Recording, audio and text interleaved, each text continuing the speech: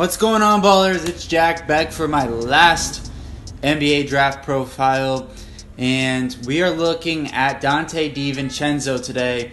And you know, Donte is one of the more intriguing prospects, and I think this play right in the beginning shows why teams are so interested in him, and it doesn't even show his best skill, which I think is his shooting ability. You see the defense here, he gets the rebound, and then he's able to start the fast break, semi-transition opportunity for Villanova, and he gets the ball into Amari Spellman. Spellman's able to do the work and get the bucket. But I think this is a good play to show, overall his activity level is great. Now, this is the first thing that came out to me when I was watching DiVincenzo in the games that Cody Wright supplied here against Providence and Temple. And the catch and shoot ability's been there throughout the whole season. The confidence in his own shot is immense.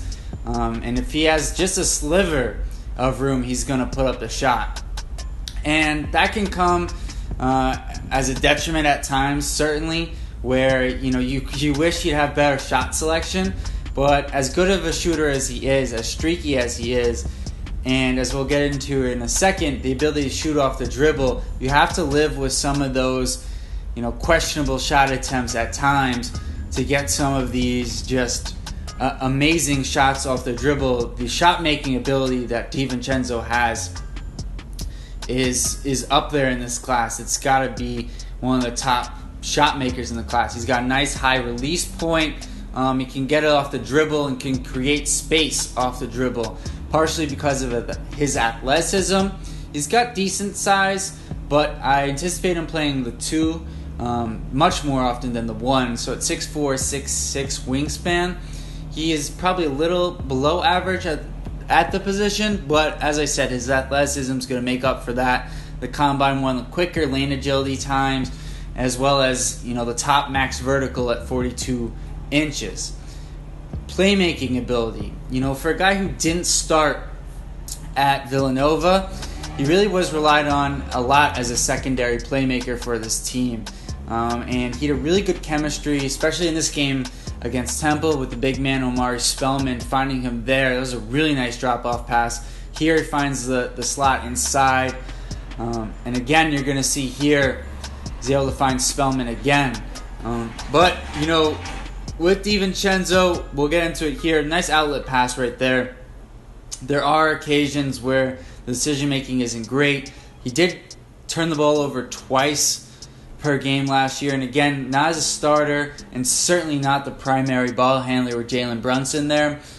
And so definitely some concern in terms of decision making. Needs to just kind of rein it in a little bit, but not too much, because quite frankly, that's his strength, the ability to just always, he's always thinks he's the best player on the court, whether he is or not. Unfortunately, at times that causes him to make some errors, but at times it also is the reason why he plays so well, and most of the time it is, and I think it's a great strength of his. Now, defensively, he can rebound the ball really well. One thing I didn't show you guys is offensively he's a very good rebounder as well. Defensively, he moves his feet really well, stays in front of the offensive player. He has got good hands to make plays with steals, and as we saw in the national championship game, has the ability to block shots off of the vertical and make plays on the defensive end of the court. And this is really where you have the shot making ability and the defense, and to me this is why he's got that first round promise in all likelihood, and the reason he's still in the draft, because quite frankly, yes, he could have improved his stock next season in a weaker class, more opportunity at Villanova, but he looks like a guy who's going to go at the end of the lottery here, or just past the lottery, I should say, somewhere in the late teens area, and help a team immediately. So who could that be? Well, the number 1 team I'm thinking is the Bucks. They could really use someone who can create their own shot, and they pick right then. But I think right here, this is the moment where both Spellman and DiVincenzo decided, we're moving on to better things. They're moving on to the NBA. I think DiVincenzo's going to have a long career. He's going to have to, learn to play with a little bit more within himself. Learn to understand that, he's not going to be the best player at the next level, so he's going to have to take a few less shots. but his activity level, his athleticism are going to play up the next level, especially in the open floor that the NBA has. But guys, let me know what you think about Donte. Where do you think he'll go on draft night, and how do you think his NBA career will end up going? So that's it. Peace out, guys.